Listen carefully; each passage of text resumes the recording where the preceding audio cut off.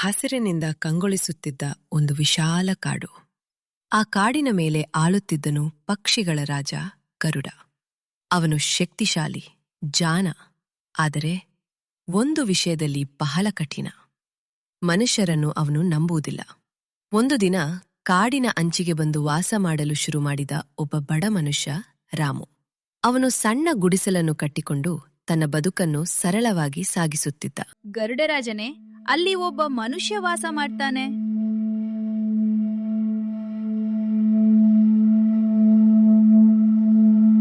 ಎಲ್ಲರೂ ಜಾಗ್ರತೆ.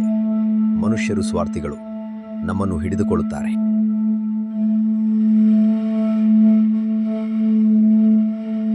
ಹಾಗಾದ್ರೆ ನಾವು ಏನು ಮಾಡಬೇಕು? ಯಾರೂ ಅವನ ಹತ್ತಿರ ಹೋಗಬಾರದು.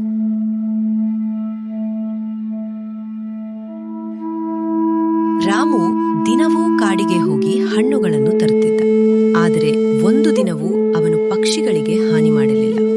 ಒಂದು ಬೆಳಗ್ಗೆ ಒಂದು ಚಿಕ್ಕ ಗೂಬೆ ಬಿದ್ದಿತ್ತು.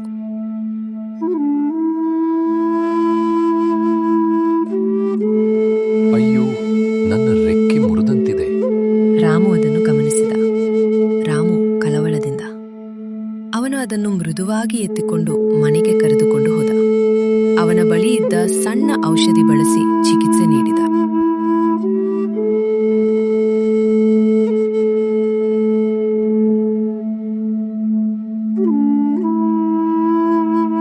ನೀನ್ ನನಗೇಕೆ ಸಹಾಯ ಮಾಡ್ತಿದ್ದೀಯಾ? ಜೀವಜಾಲ ಎಲ್ಲವೂ ಒಂದೇ. ನೋವಿನಲ್ಲಿ ಇದ್ದರೆ ಸಹಾಯ ಮಾಡಬೇಕು. ಈ ವಿಷಯ ಗರುಡನಿಗೆ ತಿಳಿಯಿತು.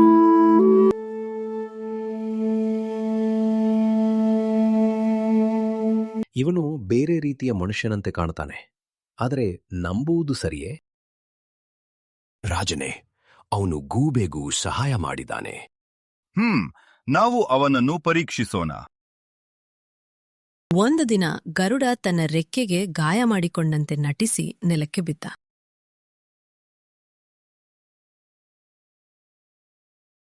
ಯಾರಾದರೂ ಸಹಾಯ ಮಾಡಿ, ನನ್ನ ರೆಕ್ಕೆ ನೋವಾಗುತ್ತಿದೆ. ರಾಮು ಅದನ್ನು ನೋಡಿ ತಕ್ಷಣ ಓಡಿ ಬಂದ. ಅಯ್ಯೋ, ಇಷ್ಟು ದೊಡ್ಡ ಪಕ್ಷಿ. ನೀನು ಪಕ್ಷಿರಾಜನಾ? ಹೌದು, ನಾನು ಹಾರಲು ಆಗುತ್ತಿಲ್ಲ.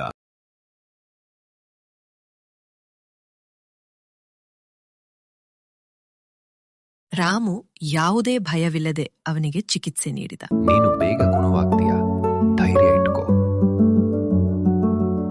ಕೆಲವು ದಿನಗಳ ನಂತರ ಗರುಡ ಗುಣವಾಯಿತು. ಅವನಿಗೆ ಈಗ ಖಚಿತವಾಯಿತು, ರಾಮು ನಿಜವಾಗಿಯೂ ಒಳ್ಳೆಯವನು. ರಾಮು, ನೀನು ನಮ್ಮ ವಿಶ್ವಾಸ ಗೆದ್ದೆಯೇ. ನಾನು ಮಾಡಿದ್ದು ನನ್ನ ಕರ್ತವ್ಯ. ಒಂದು ದಿನ ಕಾಡಿಗೆ ಬೇಟೆಗಾರರು ಬಂದರು. ಎಲ್ಲರೂ ಅಡಗಿಕೊಳ್ಳಿ. ಆ ಸಮಯದಲ್ಲಿ ರಾಮು ಬೇಟೆಗಾರರನ್ನು ನೋಡಿದ. ಈ ಕಾಡು ನನ್ನ ಮನೆ. ನಾನು ಪಕ್ಷಿಗಳನ್ನು ಕಾಪಾಡುತ್ತೇನೆ.